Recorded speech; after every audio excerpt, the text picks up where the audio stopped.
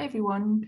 Thank you for joining us. So for joining us again on this third session of the second day of the EOSC Core and Marketplace Provider Days.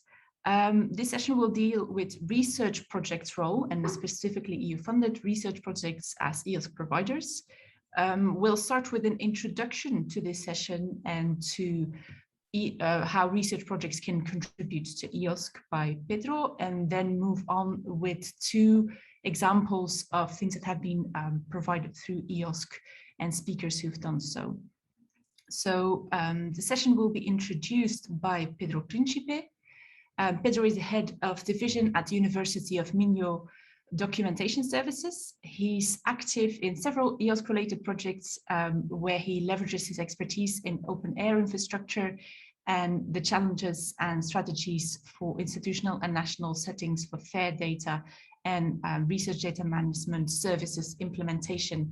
He's also part of the project that I'm working on, which is EOSC Future. So we've met before, and I know that he'll give a brilliant introduction to this. So Pedro, take it away, please.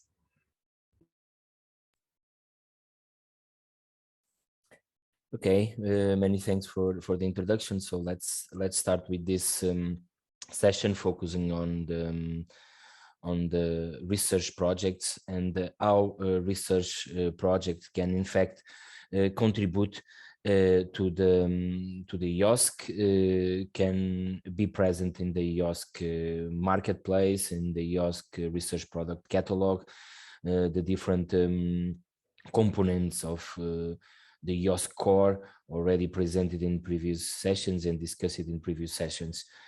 So in terms of the presence of research projects in EOSC, it's all about research outcomes. It's all about the results of the projects. And of course, the first is about the research products themselves, the outcomes of the research projects, such as publications, research data, research software, other kinds of research outputs that need to be present in the European Open Science Cloud, that need to be visible in the research product catalog of EOSC, and that need to be linked, connected to tools, resources within EOSC. Then several research projects like those that we are going to listening today about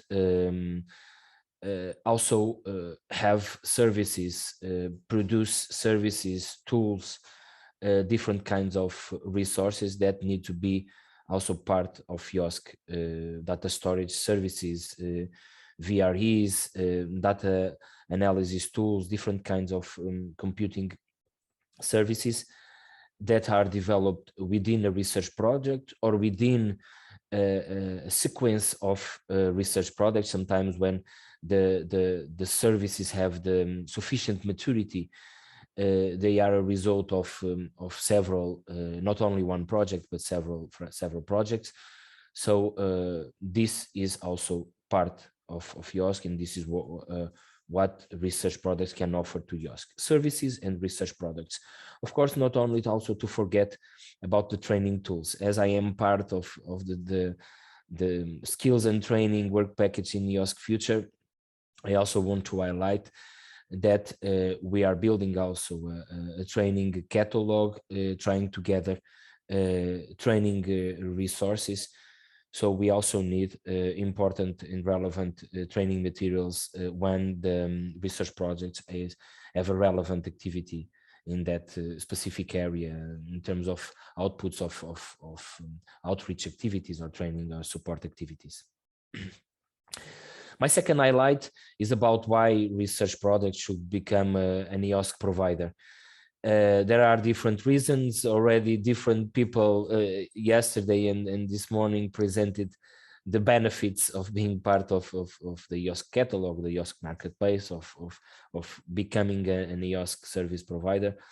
We can phrase it in different ways, highlight it in different ways, but of course visibility and discoverability of the project services and outputs are one of the main reasons. So increase the visibility of the content and the services produced during the research project or by the end of the research project. Improve the discoverability of the services and the tools built during this the research project is something also relevant. But then we also have relations with other components. So sharing resources via the EOSC core components will make also those resources, the content, the services visible beyond the community boundaries, like is stated here in topic number 3. Interdisciplinary is an important reason why we should also share those resources together with other kinds of research outputs, with other kinds of tools, targeting different users, targeting different research disciplines. For practical reasons, also those related with reporting, gathering those kinds of research outputs from the project, linking to a specific project or do more than one project, or linking to specific communities will make the life of the project coordinators, the life of the beneficiaries of the project more easy in terms of reporting. And then also it's a way to provide direct access to the content, to the data, to the services. And also, and we will raise that on the when we look to the content that we need to provide when we register a specific tool, service, or resource. We also contribute with training resources. We provide access to support functions or to feedback features. So linking to the services, to the tools, we have training materials, we have help desk, services, and we have other kinds of services that are available through the EOSC, or that are possible to link through the EOSC, like the monitoring, the authentication, open science metrics services, for example. So this is important also to highlight, and to finish this introduction about how what research projects can bring to EOSC, how they can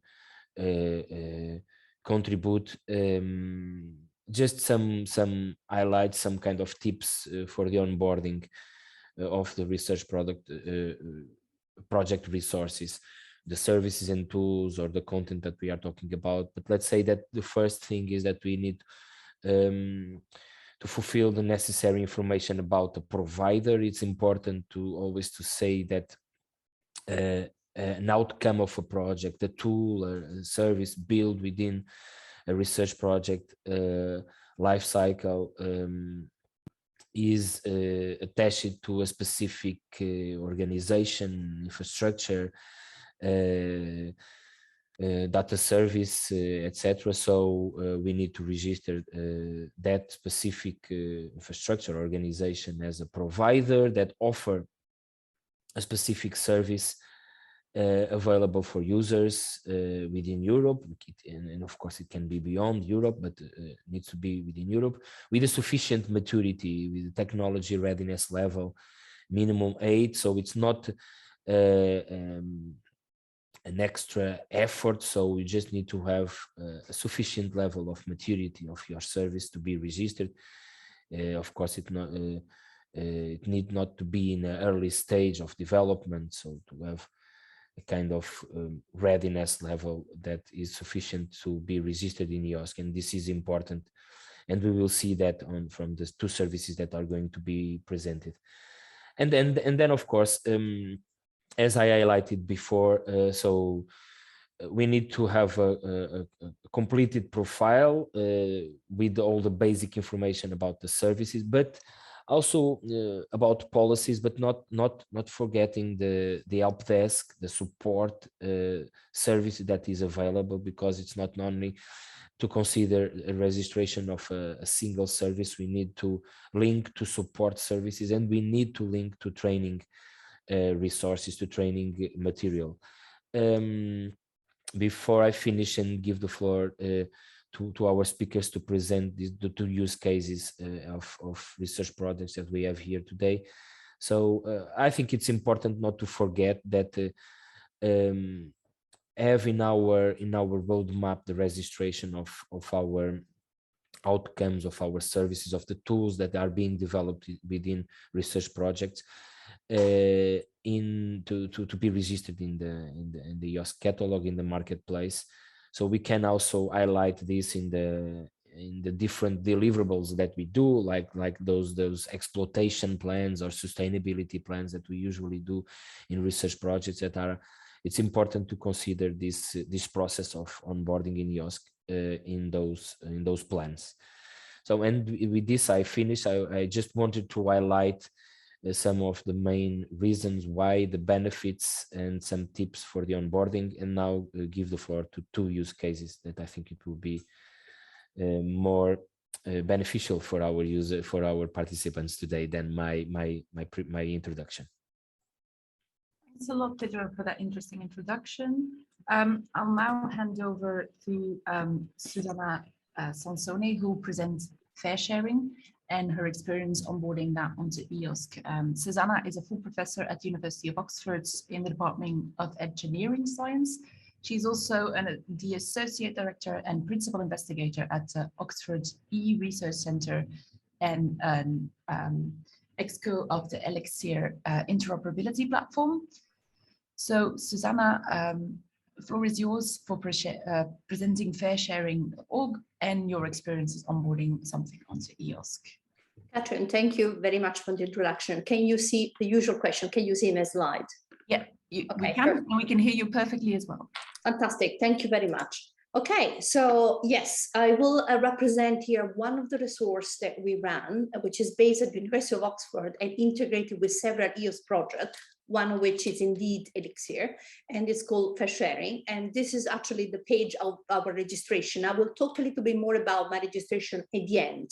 Like Catherine said, I would like to just give a quick introduction of what the resource is and why we have registered on the marketplace. So FAIRsharing, it's an informative and educational resource.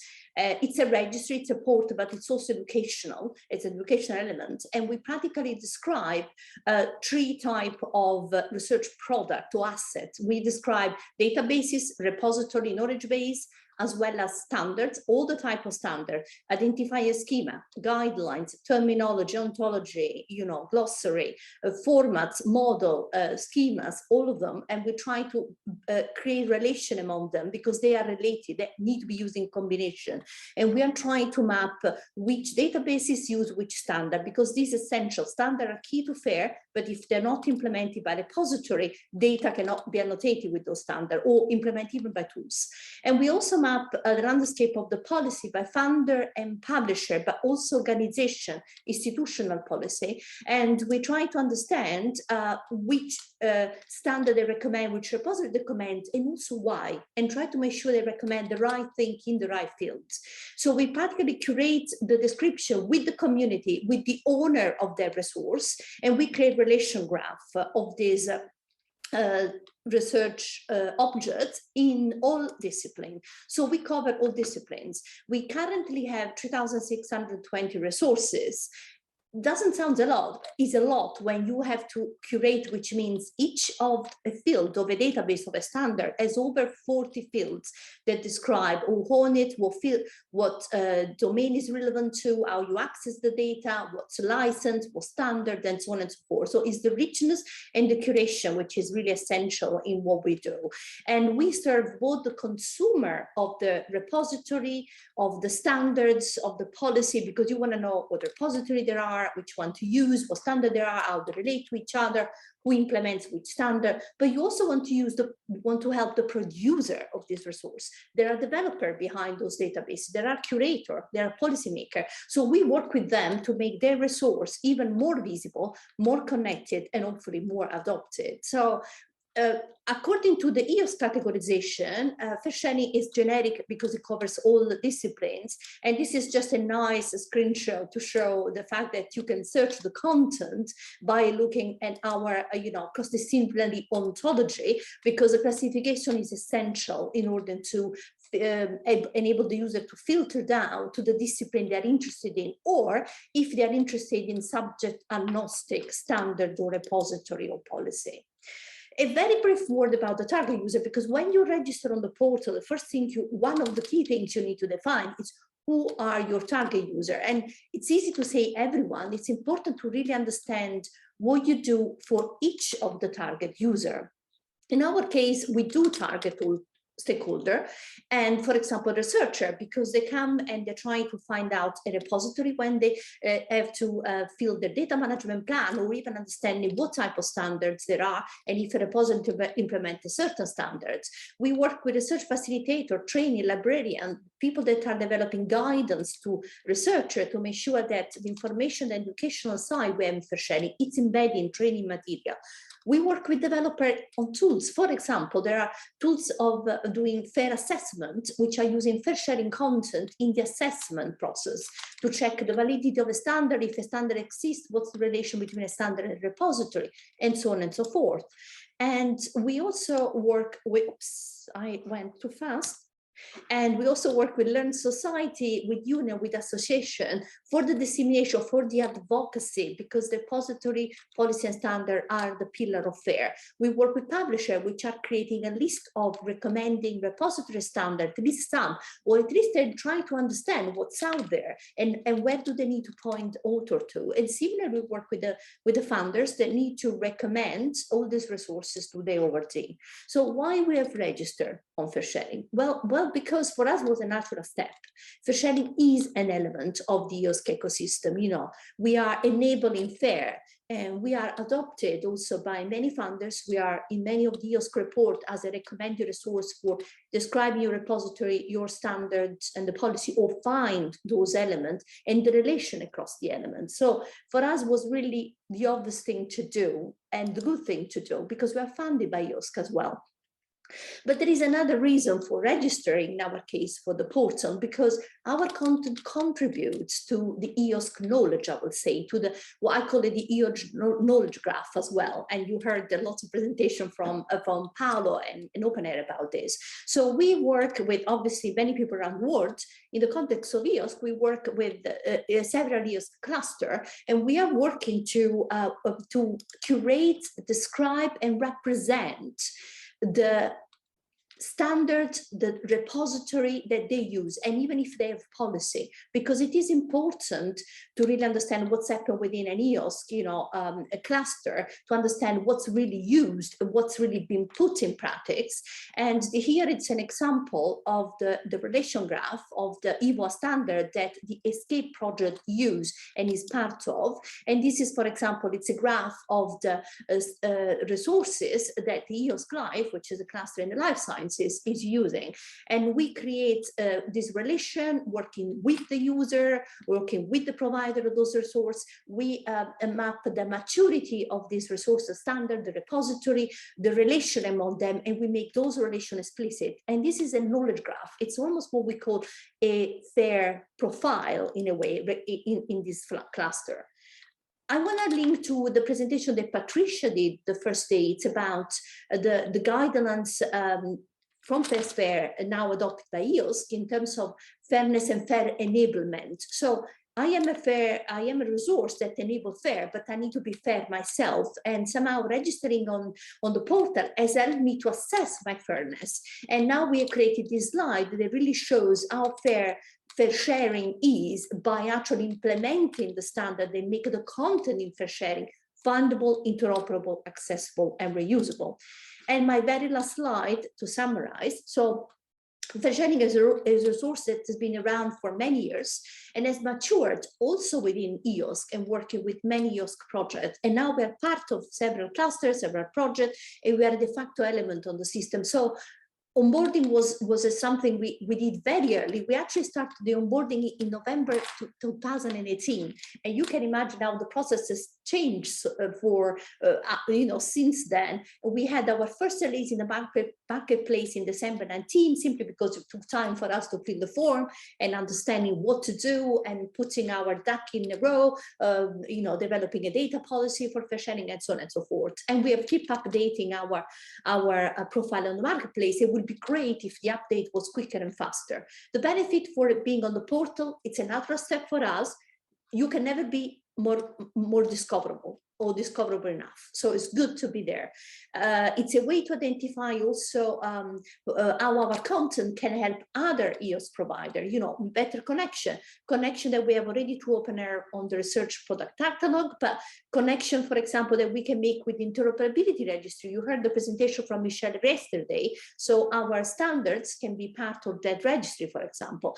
The prospective benefits are many, and at the moment I don't have the numbers, but I would like to see obviously more user for fair sharing, more use type of the content, and more collaboration, all done by the fact that I am on the marketplace. Thank you very much. Thanks a lot, Susanna, for the interesting presentation and for the recap at the end. Something that I wanted to pick up on from that is that you are right that the onboarding process has changed a lot since you onboarded. Yes. For anyone that's interesting, maybe you as well, Susanna, who wants to know more about that, there's a quite an elaborate training session on that this afternoon that you can still join if you want to. Then I would like to hand over to our next speaker, that's Alexandre Bonvin, presenting HADDOCK and why he made that available through EOSC. Alexandre is a full professor of computational structure biology at the chemistry department at University of Utrecht, as well as the scientific director of the Bevu Center for Biomolecular Research. And he also works on several EU-funded projects, so the perfect person to give you the point of view of research projects contributing to EOSC. So, Alexandre, the floor is yours. Thank you very much, Catherine. And I assume that you see my slides by now? Yeah, that works perfect. Yes, okay, good. So let me tell you a little bit about the research community that we are presenting. We are onboarded as a thematic service provider in the marketplace, and the field is basically life sciences and structural biology, where we are trying to understand at the molecular level the molecules of life, starting from the genome to the proteomes, so those proteins that are doing everything in our cells and also making us sick in cases where things go wrong. And within the project and the community that I'm representing today, we are developing software and providing software to a large user community to study those molecules at really the atomistic level. And by doing that, you can understand better maybe the reason for mutations. The obvious example over the last 2 years is all the COVID-19 related research. So we have, and I will show you a little bit of the impact of that, but trying to understand what a new mutation in the virus might do in terms of interacting with our receptors. So these are things where the structural biology can shed light on that. You might want to make new molecules, better molecules for materials, for health, for food applications, and drug design. So knowing the structure of those biomolecules gives you the starting point to design new drugs to fight disease. So this is the broad context in which we are placing ourselves. So the use case is called HADDOCK, but HADDOCK operates as one of the service under WeNMR. And you will see in a bit, WeNMR was a former European project, but we are a virtual research community, basically, that has started operating in 2010. WeNMR itself was an EU project, but the name has been well branded and has survived all the years, even years without funding. And now it's an established community. So as part of the EOSC, you will find actually as a service provider in EOSC, WeNMR. So if I go to my dashboard on the EOSC, so now that's what I'm seeing if I log in. So this is not the marketplace. This is something I'm seeing once I'm registered in EOSC. And you see here 2 providers that are basically approved. One is WeNMR, which I just introduced, which is this virtual research community. So it has no legal status in principle. And this is actually where all our services are registered. So if you go through the WinMR service provider, you will find all the services, among which HADDOCK that I'm going to show you a little bit about. You also find the Byfood Center. So I'm at Utrecht University. So I'm a professor at Utrecht University. I'm the director of the Byfood Center, and I've participated to several EU projects. So the legal entity in all those projects is the university, but the university is not the one really onboarding services. So this is much more a top-down approach where researchers are involved in different projects, providing services or data. We heard about fair sharing, and it's from the researcher side, I would say, that the onboarding takes place. It's not the high level of the university that says today we're going to onboard on EOSC. So I think that's something that we should realize. Of course, things are happening at several levels. It doesn't mean that we're all talking to each other. So this is also, within one organization, bringing the people together that are involved at some level in EOSC is also sometimes a challenge. And sometimes it's at meeting like this one when you realize, oh, one of my colleagues is actually in the audience and we should be talking. So if you go, so one of the main service that we have onboarded on EOSC is HADDOCK 2.4. So how did we get there? And this is an overview of the infrastructure landscape basically over the years. So we started actually with ENMR which was a project initiated, I think, in 2006 or 7, if I remember. Then it was followed by WNMR, which was an e-infrastructure project. That's where the virtual research community was established. And that's where we started making use of the European e-infrastructure, mainly for data analytics. So we're using the computing infrastructure provided by the EU to process data. And this has evolved over the years with different projects. Westlife was a follow-up project. EGI Engage, Indigo Data Clouds, EOSC Hub. This is where basically I think the initial version of the marketplace was built.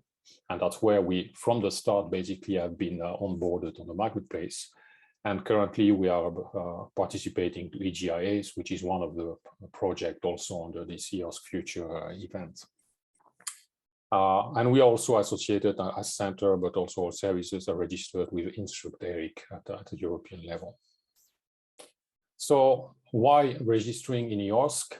So for us, our services have been in production since more than 10 years. I think the first version of the HADDOCK portal was launched in 2008. At the time, it was not yet using the EOSC or the EU resources at the time, but within ENMR and WNMR, this started happening. So we have a long history of using the European e-infrastructure for providing services. So we are a thematic services provider under EOSC. So I just show you the page. And the access to the resource has been formalized through SLA agreement through EGI. So EGI has been one of probably the most important partners over the years in everything that we have been doing. And in participating in all these projects, we were not just onboarding at a later stage, but we were also contributing to the development that have been taking place over the years that are making the EOSC what it is. So we have been piloting, testing new things as part of those projects. So we were basically at the forefront of what was happening. Now, this is a view of the HADDOCK portal, which is the tool which is the most used by our community. So we have more than 28,000 registered users worldwide. And since the start of the portal in 2008, we have been serving, we're getting close to 500,000 submissions from users to portal. All over the years, 55% of all the computing that we've been doing have been running on EU resources. And these were different versions of the portal. And if you only look at the HADDOCK 2.4 portal, more than 80% of all what we are doing computing is happening on EU resources. So for us, the EOSC infrastructure, and it's more, again, the high throughput computing rather than the data infrastructure, is really critical to be able to provide the quality of services that we are providing to our users. Just to give you an idea, so this is our user map, and pretty much from the start, our focus was not only Europe. We are speaking about the E from European, but your community is worldwide. So you see, if you group, so this is a view that I took yesterday. So this is online. You can visit it every day. You see that we have a world coverage in terms of access to the services.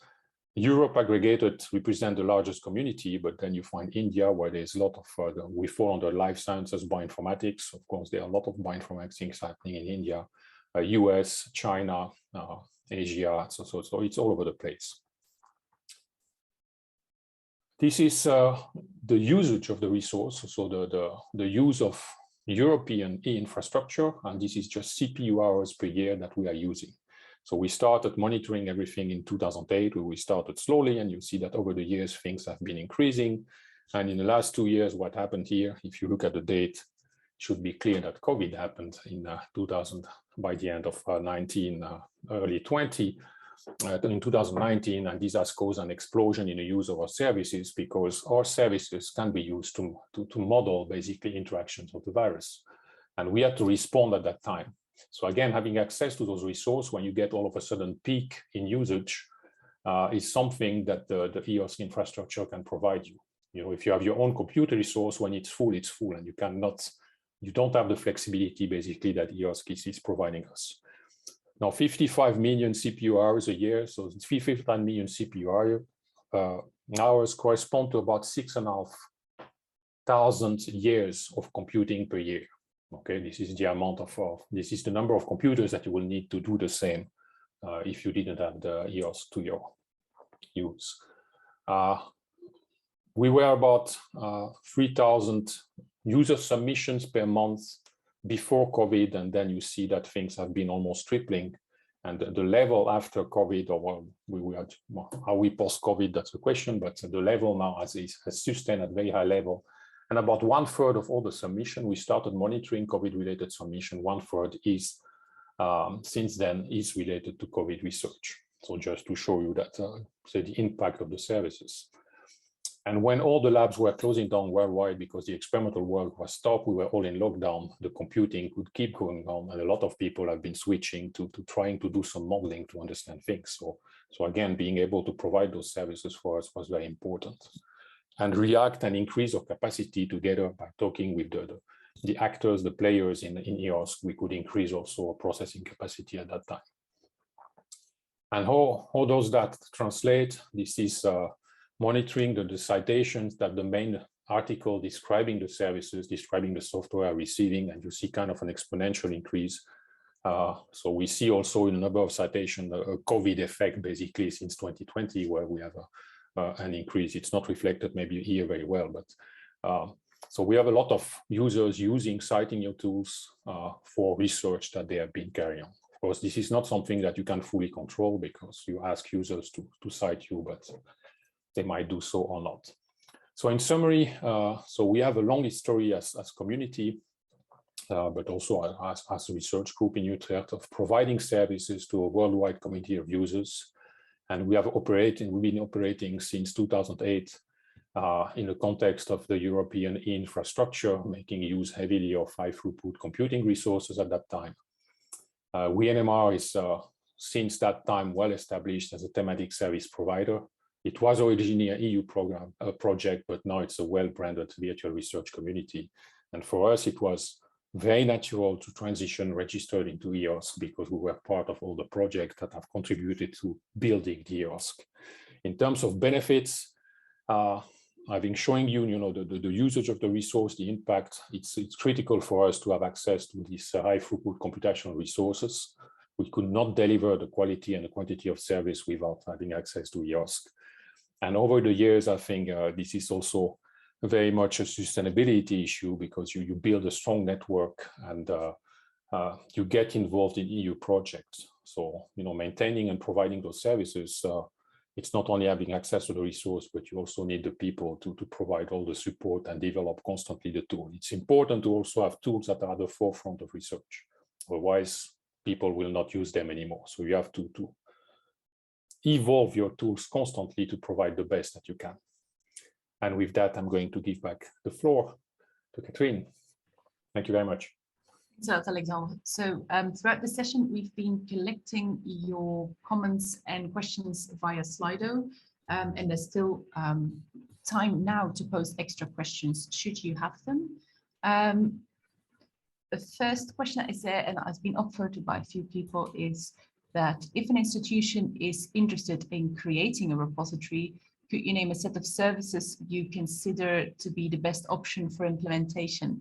Which I don't know whether we have anyone that can speak to that, because this is not really. Yes, it's always critical to give a concrete answer. This is not clearly related with the subject, but of course there are different services available in the cloud to create a repository. So we already heard in the previous session about the solution, the commercial solution from FAIRshare, but there are other solutions like, for example, Zenodo, that is in fact part of the EOSC marketplace as a solution for you to create a kind of collection community in Zenodo and gather there research data and other kinds of outputs. But then there are also open source solutions for you to install and locally to manage a repository. Dataverse was already also mentioned before as a solution. I think the example from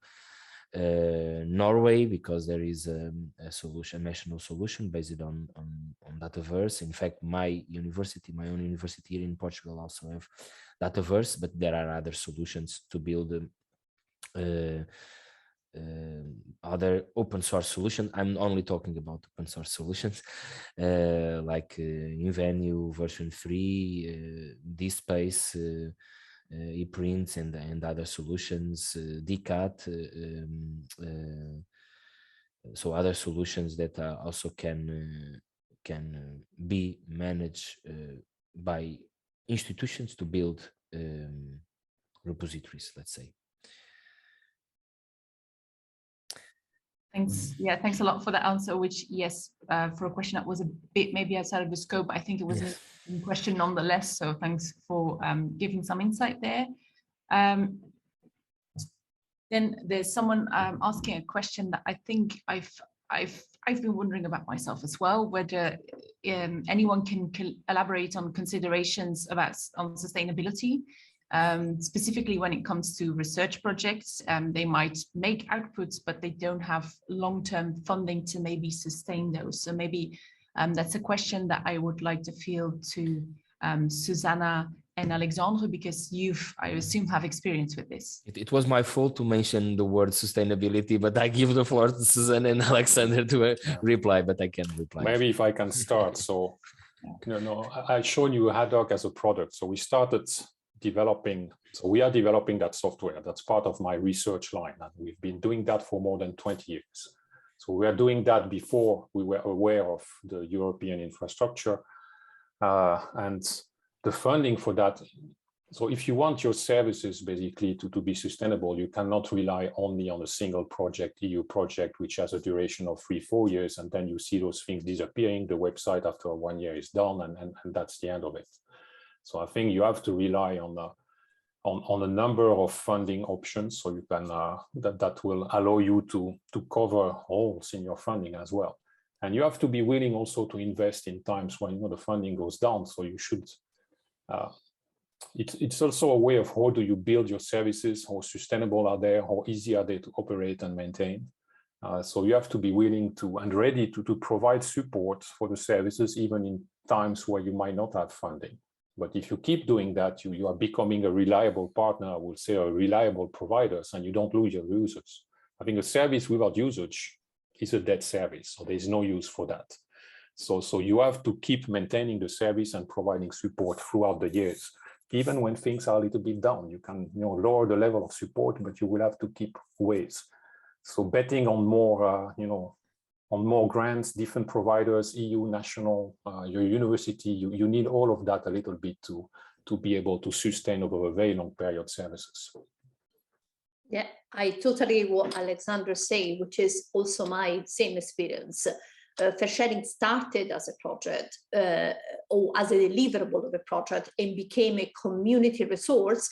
And therefore, we have built in the sustainability by not just anchoring to a number of projects, but to a series of projects, short-term, long-term, but also anchoring it to our institution. And we are working to anchor it better within Oxford, but also working with other research infrastructure like Elixir. And although FAIRsharing covered all the sciences, we started from the life science and then we expanded out. And we have a formal participation in Elixir as an infrastructure where sustainability, it's one of the key topics as part of the mission. So like Alexandre said, there are projects that make the step. There are resources that make the step from being project deliverable to be community service with a better sustainability plan. And I say better because no one has the perfect sustainability plan unless you make the jump to become commercial, and even there you have different risks. So I think it's the diversifying it, improving that over the years you are able to sustain the user and respond to the user needs and evolve with the user needs. Then actually, you know, you are in good shape, and that's how you also get evaluated when you register on the portal. Yeah, sometimes you get the comments also that, you know, you should make user pay or your community pay for the services. You know, you can ask yourself, will you use Google if tomorrow they charge you for every search that you are doing? Probably not. You will find something else. So I think that's not a sustainable model. We are often asked to think in commercial terms also in EU project, but it's a very different thing. I totally agree, Alexandre. Yeah, I think I'm going to put on a slightly different hat here. Outside of EOSC, I also work on other Horizon projects. And there, I think there's sometimes, as Alexandre says, the push to start developing commercial tools.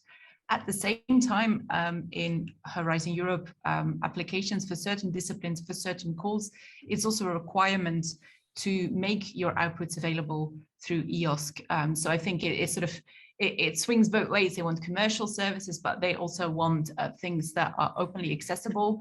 And I know that for the ones where they push you to make open resources, that sustainability is also something that you need to address already at application stage of saying, how will you make it available? But I do think that it's always difficult. Speaking as someone who's worked on 2 projects that have ended that had like high hopes of making something that would continue post-project, and then now struggling to keep that online and to keep that financing. So I think that's something that maybe if anyone in this session has any best practices on, that's something that you can put in the chat, because I see that across projects that people are really struggling with that. Then there's another question that I would like to maybe forward to you, Pedro, which yes. Is about the technology readiness level. Who assesses that? Is that auto-reported? And what happens if there's a disagreement about that? Yeah, so both for this question and also for the next question from Lydia, I think it will be useful if you attend, or if you are able to attend the training session this afternoon about the registration process. But what I can say is that there is a team, the EOSC, the EOSC portal onboarding team that assess every registration request, and also have a process to audit the information of that specific provided by that specific registration. So if there are anything, so any information missing, any doubt about the information provided, so this team will contact the provider in the contact of the service being registered and try to clarify the doubt. So if there is a team, there is in fact a process that is being improved a lot from my knowledge. I know that there are some complaints in the past, in the time that was needed for registration. I think now things are really smoothly and clear. There is a team in EOSC Future, a rota with involving different persons that also assess in a detailed way all the details of the registration, including the technology readiness level, which I think I can move to the other question, which also ensure that there is no duplication of providers. So I don't have a clear knowledge to reply 100% to the question from Lydia, but for sure you can easily register. a research group as a provider. If so, you will identify the research group as part of a university, for example, or another research institution, and this will be merged. So, and in fact, you can see already this in the portal. So you can see like 2 different research groups part of a university. You will see the university as a provider, the research group as a provider, and the research group under the main organization. So the example that I'm giving is under the university, so you can easily register. But if there are anyone else in the in the session that can provide a more clear answer, just but for sure this afternoon also this will be managed, but I think you can do it easily. Yeah, that was something that I wanted to point out to Lydia as well, that I don't think we have anyone in this session that can give detailed information about that. But if you're really interested in that, and if you're really looking to register and to onboard something, I'd recommend you join the training session on onboarding at 2 in the afternoon. There'll be room for questions there as well. And then you can ask that there specifically. I think the issue that you might bump into where it becomes complex is that you have to register, as was mentioned before, under the legal entity. But I'm sure they'll have an explanation for how to handle that. Yes. Luciano, in fact, is in the call and is providing some comments in the chat. So I think okay. So Luciano, and Luciano will be part of the training this afternoon as well. Yes. So you can even try to digitally corner him there to ask him all your questions. And I think on that note, I'd like to wrap up because we have another session scheduled in about 15 minutes. Thanks to all of our speakers for the brilliant presentations, and thanks to you for tuning in and for tuning in again. I'm hoping to see you again in 10 minutes, about some of you, hopefully, for our session for HPC centers, which is something very specific, but I think also maybe that's something that is relevant for some of you. So thanks a lot, everyone, and hopefully see you soon.